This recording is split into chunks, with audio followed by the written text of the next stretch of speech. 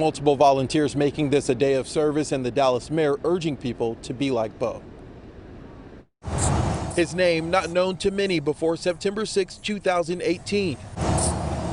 What happened on that night made Botham Jean's story known to the entire country.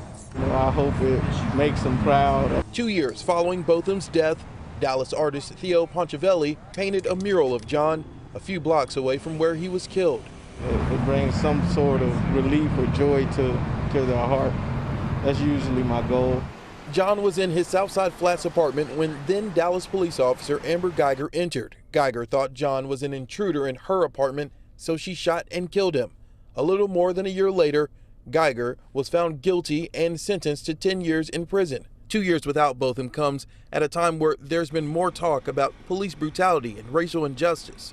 We learned through Botham's death, there were many lessons that we learned. We learned that one, racism is still an issue here in our country, and the way he died, how he died, why he died, and then a lot of the laws and the defenses that were used lets us know that there's a lot of work that still needs to be done.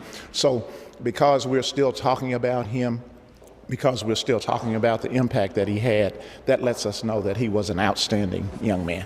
People across Dallas held a day of service to honor John. In North Dallas, volunteers gave free food, COVID tests, and PPE. You know, with everything that's going on in the world today, we need more days like this. We need more events like this, something that's positive. Everything does not have to be a protest. We can all come together and do some things to give service back to the community in order to honor our people as well. All the same, and it's never too late. No, there's always room for change. A vigil culminated the day. Many who spoke echoed the calls for change, but also challenged others to serve and be kind. There were times where I questioned how it was him and not one of us, because I just felt like he was doing so many more things than us.